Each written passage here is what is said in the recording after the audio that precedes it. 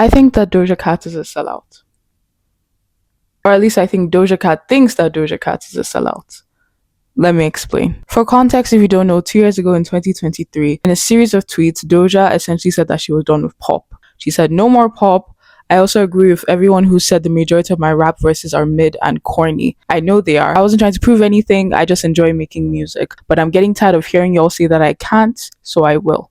Doja, who prior to this incident had played with pop and rap during her career, notably in albums Hot Pink and Her, she said of those two albums that they were cash grabs and y'all fell for it. Now I can go disappear somewhere and touch grass with my loved ones on an island while y'all weep for mediocre pop. I think Doja Cat is a troll, but I think if we were to engage with her sentiments seriously, I think beneath her bluntness, she does have valid insight into fan entitlement to certain behavior as well as art from artists. But oh my gosh, I remember when that tweet came out, I was like, Hot Pink, get behind me. Hot Pink, get behind me. I do believe at that moment, pop didn't feel exciting to her, and she felt the need to like flex her creative chops in different ways. I've always thought of Doja Cat as incredibly flighty and dynamic. I saw her deportation of pop coming kind of all the way back with Say So, just due to the sheer amount of interpolations of her performances of the song. Pop to rock to 1920s musical theatre. I think that showed me the kind of artist she was or wanted to be and her inability to stay the same. And those tweets kind of confirmed that to me. Her new album Scarlet was meant to be an album that propelled her to a more rap-centric direction. However, very recent inclusion to her oeuvre have got me thinking. Her feature on K-pop star Lisa's Born Again, which I just did a video on. I actually just filmed it this morning. Her feature on Lose My Mind for the F1 movie, where she was not only rapping, she was singing. She was belting her little heart out on a very poppy beat. We also got a sneak peek into one of her songs for her upcoming album called The Jealous Type, or Marc Jacobs ad. From the little that we heard, the song was kind of retro futuristic, synthy sounding, kind of had an 80s feel to it. It ironically reminded me of the albums that came out of the pandemic from the people who I called the pandemic winners in terms of pop. I think of The Weeknd's Blinding Lights. I think of Dua Lipa's Future Nostalgia, and I actually think of Doja Cat's Hot Pink. Whether, sorry to say, with these recent songs, it's like a return to pop form, not only to me but to the rest of the internet. And it seems that we are so back, but should we have ever left?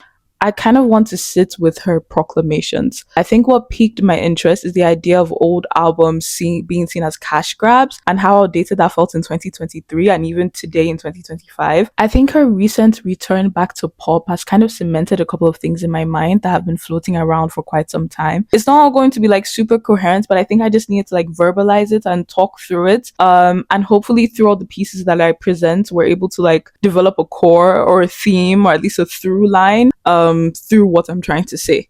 Okay, so here's a couple of definitions. Rockism.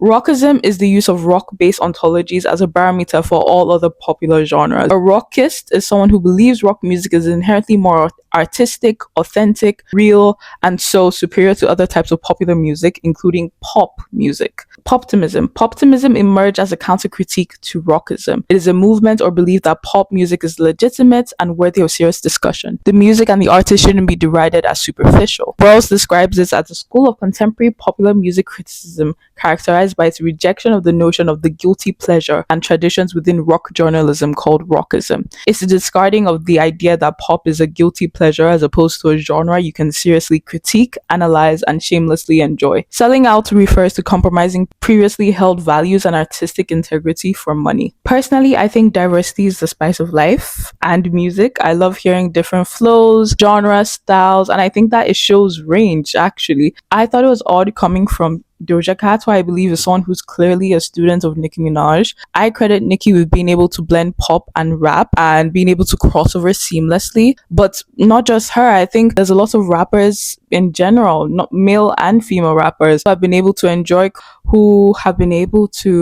crossovers, not just into pop, but into other genres. I thought of the word sellout when I was thinking about this video, and I was thinking about all the different opinions that are floating around in my head. The idea of a sellout feels quite archaic to me, at least in terms of music crossovers, not in terms of like values. And I really only hear it in like hardcore rock circles. Musicians have to get their bag, but not only that, other genres of music aren't inherently disingenuous or shallow. Music can be both artistic and commercial. However, by her word, she's gone out of her way to say her music was mediocre, and so, in my opinion, not artistic, and was a cash grab, and so, in my opinion, for the sole benefit of commercial success. So, not artistic and commercial. She has benefited from her foray into pop. She went into rap, although I always thought she had both feet into both worlds. And then she came back as the prodigal son, looking to dip her toes back into pop's fountain. She didn't say the words overtly, but she does look like a sellout. And not in the way of coming back to an inherently lesser but more commercially viable genre, but in the way of going against your own values. And whether coincidental or not, it hasn't escaped me that this return comes off the back of a super successful and potentially financially lucrative year for pop artists in 2024. And it's so funny because it seems like she's adopting a rockism approach. But there's a great essay written in 2004 by Khalifa Sane entitled "The Rap Against Rockism," which detailed how rockists not only didn't like pop music, they also didn't like hip hop. And just as the anti-disco partisans of a quarter century ago railed against a bewildering new pop order, partly because disco was so closely associated with black culture and gay culture, current critics rail against a world hopelessly corrupted by hip-hop excess. Since before Sean Combs became Puff Daddy, we've been hearing the mainstream hip-hop was too flashy, too crass, too violent, too ridiculous, like those hard-working rock and roll stars we used to have. This, of course, is one of the most pernicious things about rockism. It finds a way to make rock and roll seem boring. Maybe she didn't feel embraced by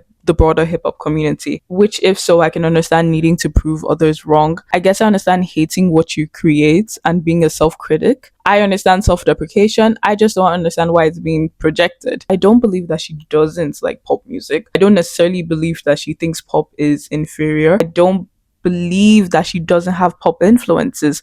I do believe her feelings then were authentic to herself then, and whatever feelings she has about genres now are probably authentic to her now. I also think that there might be a more nuanced take that she has that really can't be explored through the confines of tweets. Hi, editing me coming through because I forgot to say this one thing.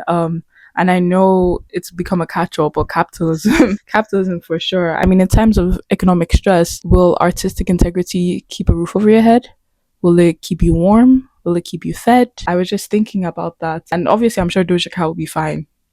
I'm sure she's very okay, but I think I was just thinking about it in a lower scale in terms of artistic integrity and the things that we sacrifice to live comfortably, literally just comfortably. But yeah, I do think she's determined to have her cake and eat it too, and given her immense talent and creativity, she may well be able to. I, however, now know the way in which I can engage with her pop contributions.